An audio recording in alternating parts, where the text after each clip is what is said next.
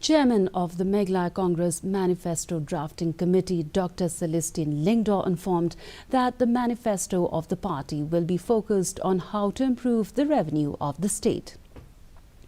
Giving a sneak peek of the manifesto, he said that once the party comes to power, all revenue leakages will be plugged.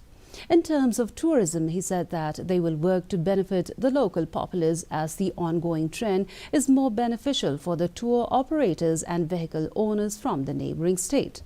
Apart from this, he asserted that the party will focus on unemployment and women-related issues. Decided that the moment the Congress comes to power, all leakages when it comes to revenue will be plugged. Then the next one that we concentrate is the unemployment. So when we talk of unemployment, the youths are the main target group that we plan to help.